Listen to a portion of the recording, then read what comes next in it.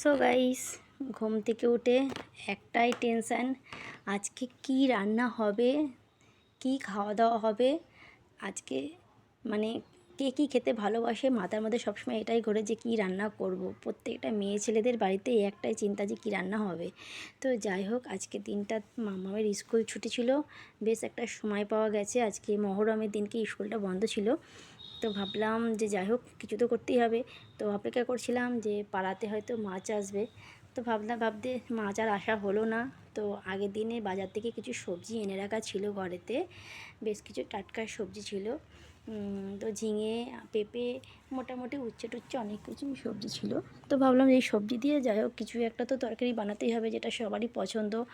আর এমন সবজি বানাতে হবে যে আমার ছোটো যে মেয়ে আছে, ও যাতে ঝাল খেতে পছন্দ করে না, যাতে ও খেতে পারে। তো সেই ভাবতে ভাবতে মাকে বললাম, মা তাহলে চলো আজকে একটু শুক্তো বানিয়ে নিই, আর মটর ডাল আছে, মটর ডালের বড়া করে তরকারি বানাই, আর একটু এই গরমেতে কচি আমড়ার টক ভীষণ ভালো লাগে খেতে। তো চলো তোমাদের সঙ্গে এই ভিডিওটাই শেয়ার করছি, সবাই দেখতে থাকো, কেউ স্কিপ করে যেও না। অনেক দিন পরেই তোমাদের সাথে একটা ভিডিও শেয়ার করছি। ভিডিওটা কেমন লাগলো অবশ্যই সবাই কমেন্ট করে জানিও। আর এদিকে দেখো, আমি সকালবেলাতেই উঠেই আগে ধরো ভিজিয়ে দিয়েছিলাম ছোলার ডাল, মটর ডালের তরকারি খেতে কিন্তু নিরামিষ ভীষণ ভালো লাগে, আমার তো ভীষণ ভালো লাগে। তোমাদের কার কার ভালো লাগে অবশ্যই কিন্তু বন্ধুরা তোমরা সবাই একটু কমেন্ট করে জানিও। আর এদিকে দেখো তেল প্রায় গরম হয়ে গেছে, আর যে মিক্সিতে বেটে রেখেছিলাম যে মটর ডাল, সেই মটর ডাল দিয়ে আমি কিন্তু ছোটো ছোটো করে বেশ বড়া কড়া কড়া করে ভেজে নিয়েছিলাম।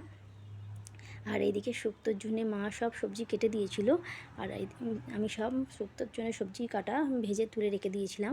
তো দুদিকে দুটো কড়াই বসিয়ে একদিকে হচ্ছে গিয়ে বসিয়ে দিয়েছিলাম বড়া ভাজা, আর এদিকে হচ্ছে গিয়ে শুক্তো, যেহেতু তাহলে তাড়াতাড়ি করে গরমের মধ্যে রান্নাটা কমপ্লিট করে ফেলতে পারবো। আর এদিকে দেখো করছি ঝিঙে পেস্ট করে রেখেছিলাম, তো ঝিঙে বাটা করব। আর ঝিঙে বাটা খেতে কিন্তু ভীষণ ভালো লাগে গরম ভাতের সঙ্গে। তো তোমরা আগে কে কে খেয়েছো অবশ্যই বলো, গরম ভাতে খেতে কিন্তু ভীষণ ভালো লাগে।